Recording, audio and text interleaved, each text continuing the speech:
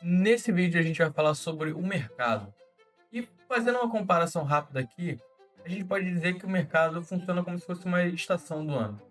A gente tem períodos de alta e baixa, como o verão, o inverno, e o mais importante de entender e analisar o mercado é entender que a gente não precisa ficar acertando o momento de entrar ou sair, qual é a melhor oportunidade do mercado, mas sim entender que, mas como o inverno, o verão, as estações do ano, o mercado é cíclico.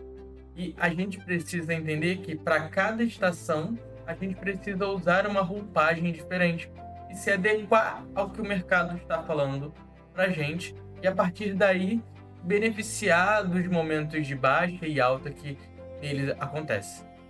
E é exatamente isso que a gente vai falar aqui hoje. Como que você pode fazer para se portar diante de cada cenário, fazendo um controle da sua vida financeira, evitando os erros que são muito comuns de se cometer, principalmente nesse mercado que tem momentos de alta, momentos de baixa. E vamos abordar com esse contexto alguns princípios de grandes investidores e os princípios estoicos. O que seriam esses princípios estoicos? Seriam os princípios que norteiam uma pessoa que consegue passar por esses cenários de crise e conseguir deles tirar proventos que vão beneficiar no longo prazo.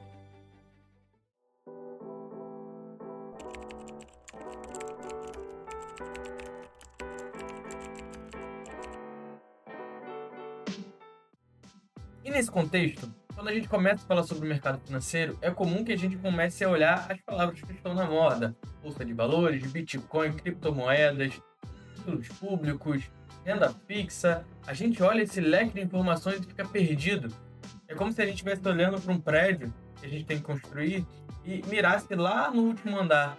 A gente precisa construir um alicerce bem fundo e bem sólido para que o prédio consiga chegar ao seu último andar, seja lá quantos andares ele vai ter. Então, a gente precisa trabalhar o básico antes de evoluir e procurar essas palavras da moda, entender e conversar com outras pessoas. A gente precisa forrar o nosso colchão para aí sim a gente poder trabalhar e ouvir melhor o que o mercado está falando para gente. Para começar, o básico bem feito é nada mais nada menos do que você saber o quanto você pelo menos gasta todo mês. Algumas pessoas falam: eu quero ficar rico investindo, eu quero isso, eu quero milhões, eu quero um monte de coisa, mas não sabem, não têm ideia do quanto que elas gastam todo mês no seu ciclo financeiro. Não sabem minimamente poupar alguma coisa que sobra ali durante o mês.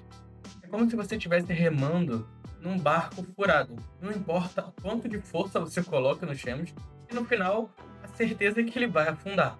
E isso acontece com o seu dinheiro. Você não controla o que entra e o que sai. No final, o investimento vai ser nada mais do que uma ilusão. Você vai estar ali tirando dinheiro dos seus investimentos no futuro para pagar aquilo que você gastou dentro do mês. O mesmo acontece com o dinheiro. Se você não controla como o que entra e o que sai, no final do período, você vai basicamente tirar dinheiro do seu investimento, que vai te trazer prejuízo, para pagar o gasto que você não previu que ia acontecer naquele mês. Então é muito importante ter um controle sobre o que você gasta. E é nesse contexto que a gente busca o ensinamento dos estoicos, os filósofos antigos que ensinavam algumas premissas para a gente se manter firme diante das crises. E uma das premissas era que você tem que se concentrar naquilo que você controla. Você não controla o mercado financeiro, você não controla a inflação, você não sabe quanto que vai valer cada título no futuro, mas você pode se concentrar no básico, que é o quanto você gasta. O quanto que você despende ali todo mês do seu custo de vida. Isso é muito crucial para a gente começar a entender como que a gente deve se organizar financeiramente. Imagina que você estivesse no trânsito e você não controla quem vai estar entrando na sua frente, quem vai estar te cortando, mas você consegue controlar a sua calma. A sua calma para, caso algumas coisas aconteçam, você tenha a mente pronta para poder frear, para poder desviar. Então, você controla aquilo que está na sua mão.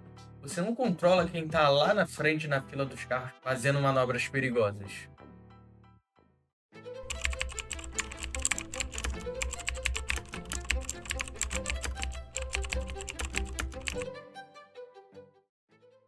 Pense comigo agora. E se seu carro quebrar amanhã? Ou se você perder o emprego? Se seu filho ficar doente? O que você vai fazer? A maioria das pessoas que não tem uma reserva de emergência entra em pânico e acaba correndo para o cartão de crédito e cheque especial ou até mesmo pedindo empréstimo com agiota, com banco. E isso é perigoso. Tá bom, Guilherme, eu já entendi que eu tenho que ter uma reserva de emergência, isso é meio óbvio. Saber que a gente precisa ter um dinheiro guardado é meio óbvio. Ah, mas como é que eu faço isso? Hoje em dia, o que eu recomendo é um pouco diferente do que o pessoal fala por aí. Muitas pessoas falam que você tem que ter 6 meses de reserva de emergência e até mais às vezes. Contudo, eu acredito que você não precisa parar de construir ela, porque a gente não sabe o tamanho do problema que a gente vai se meter no futuro. A gente não sabe se nosso pai vai ficar doente, a gente não sabe se nossa casa vai pegar fogo, a gente não sabe qual o risco que a gente pode ter lá na frente. Então, o que eu recomendo é que você construa ela todo mês. Ah, mas como, Guilherme? O primeiro passo, eu acho que é você ter pelo menos de 1 a 2 salários guardados. Isso daí para te dar um colchão financeiro, você olhar o dinheiro lá e sentir seguro. Logicamente, você já tem ali um colchão financeiro. A segunda coisa é você dividir o seu dinheiro em caixinhas. A primeira caixinha são os investimentos de curto prazo. Terceira caixinha são os investimentos de longo prazo, focando na sua aposentadoria. E a parte de reserva de emergência, onde você vai ter 3 caixinhas fechadas aqui, e você vai guardar ali a sua reserva de emergência. Aí você pode dividir isso da forma que mais lhe agradar, da forma que mais fazer sentido para o seu cotidiano. Mas o importante é que seja R$ 1 que você coloque nessa caixinha.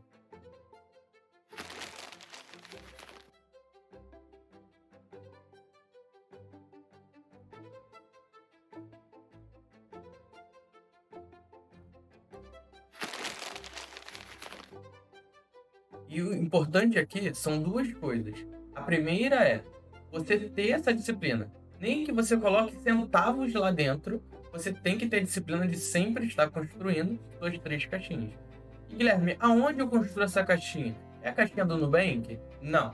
Eu recomendo que você abra uma conta numa corretora e coloque lá os investimentos. A gente vai fazer aqui no futuro, tá? Eu vou ter uns vídeos que eu vou entrar na corretora e você entre lá e coloque seu dinheiro para render num tesouro direto, uma Selic, né? A gente vai ver um pouco mais desses investimentos no futuro. Então aqui é a sua regra principal. Esse é o primeiro passo para você construir uma solidez financeira muito boa.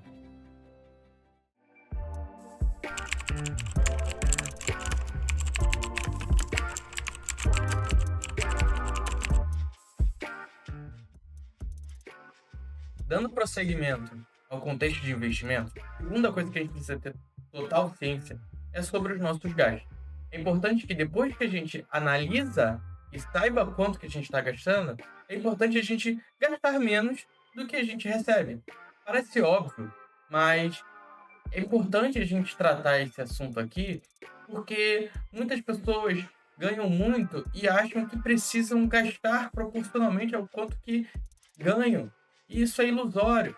A gente precisa, na verdade, construir o nosso futuro financeiro, não depender de FGTS, INSS, subsídio público.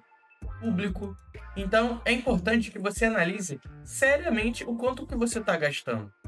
Imagina o quanto que você não ganha de juros e perde para o cartão de crédito. Vou dar um exemplo. Se eu invisto e ganho 1% ao mês, 12% ao ano, mas na realidade eu estou pagando por cartão de crédito uma taxa de 15% ao mês, eu estou perdendo quase que 14% de rentabilidade todo mês. Porque se eu ganho 1 e pago 15, me sobra 14, eu estou perdendo 14%. Então, é quase que impossível a gente fazer uma solidez financeira com dívidas tão altas assim. Com dívidas que consomem o nosso fôlego financeiro, com dívidas que cada vez aumentam mais e mais e mais. E para ajudar vocês nesse processo, eu tenho um vídeo muito bom que fala sobre uma plataforma que eu, Guilherme, uso, tá? Já tem 2, 3 anos que eu uso essa plataforma. Ela me ajuda muito a me fazer o meu controle financeiro e entender o quanto que eu tenho principalmente que provisionar. Então eu já entro no mês guardando dinheiro para pagar o cartão de crédito. Os gastos que eu faço no cartão de crédito são para parcelar as coisas.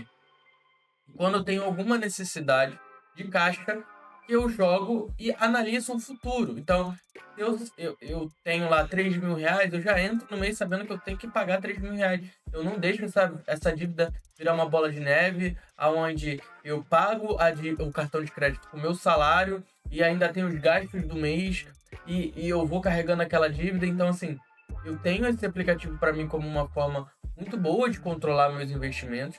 Eu sempre sei o quanto eu tenho para gastar no total de todos os meus cartões e ainda consigo provisionar com ele. Então eu recomendo muito que você veja esse vídeo. Eu vou deixar aqui para vocês verem. Então, deem uma olhada lá para vocês se aprofundarem mais nesse controle financeiro.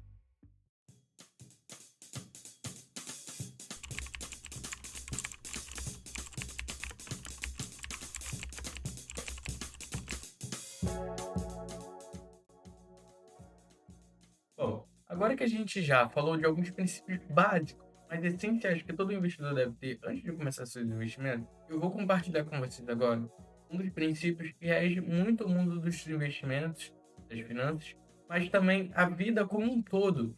Isso pode trazer para vocês resultados grandiosíssimos no longo prazo. Existe um princípio chamado princípio de Pareto, ou a famosa regra 80-20. Ela diz o seguinte: cerca de 80% dos seus resultados vem de 20% das suas ações. Ou seja, a maior parte dos seus resultados vem de uma pequena parcela dos esforços que você faz. E parece complicado, mas deixa eu tentar simplificar ela. O princípio de Pareto nos permite perceber, por exemplo, que são nossas pequenas atitudes feitas todo mês que entregam grande parte dos nossos resultados. O que isso pode ser traduzido? A gente pode traduzir que a gente não precisa fazer um sprint, uma corrida longa. Basta que a gente faça um pouquinho toda vez sobre um projeto que a gente quer alcançar. E esse projeto ele vai florescer. Então, a gente não precisa estar ali correndo, fazendo milhões de coisas, se sufocando daquele projeto, e não vai ser isso que vai trazer resultado, mas sim a soma das pequenas coisas que a gente faz todo dia. E trazendo todo esse conhecimento para as finanças, significa que não são todas as suas ações que vão determinar o futuro do seu patrimônio. Pelo contrário, são poucas empresas que de fato vão puxar a rentabilidade da sua carteira para cima.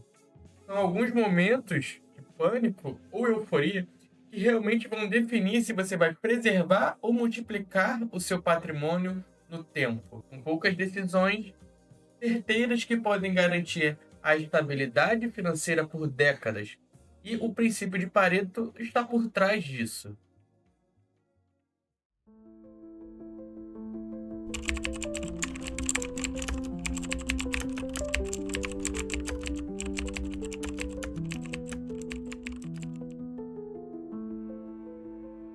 A maior parte dos investidores perde dinheiro não porque o mercado é injusto, mas sim porque age emocionalmente. Primeira coisa, um dos erros mais clássicos é comprar na alta por medo de ficar de fora. Acha que o mercado vai subir para sempre, e aí eu vou comprar aquela ação sem saber nada sobre ela. Errado. Vender na baixa por pânico. Algumas ações são movimentadas por política, movimentações de grandes players. Então, você quer ali sair com medo daquela posição porque está caindo muito e porque você está olhando o gráfico na tela com tudo vermelho, tudo pipocando, notícias negativas. A terceira é trocar de estratégia a cada notícia de jornal. Siga a sua estratégia. Siga com ela, dê um prazo para ela maturar. Então também não seja inflexível. Tem uma estratégia de 1 ano, 6 meses. Então não fique ali toda hora, todo dia tentando uma estratégia nova. Isso é burrice. Isso é o caminho para o fracasso. E por último, não acredite em promessas de enriquecimento rápido. Não existe. Esse pessoal que vende curso aí na internet quer ensinar você a ficar rico e tudo mais. Cara, isso é papo de coach, isso é papo de quem quer te vender curso. Não existe ficar rico rápido com investimentos. Existe muito trabalho duro, muita perseverança, muita constância de longo prazo para você algum dia alcançar a sua estabilidade financeira, sua aposentadoria. Mas beleza, Guilherme, você falou aí de maneira genérica. Eu entendi, mas eu fico nervoso mesmo, eu não entendo nada disso. Calma, a gente vai ver alguns vídeos aqui sobre estratégias, sobre maneiras que você pode definir ali a sua estratégia de investimento. Mas, para agora, para esse vídeo, a gente está dando um pontapé no que precisa ser entendido antes de você entrar a fundo no mundo dos investimentos, entrar na parte técnica. Aqui a gente está trabalhando a mente para poder entrar e usar esses conceitos genéricos quando a gente for para a parte técnica.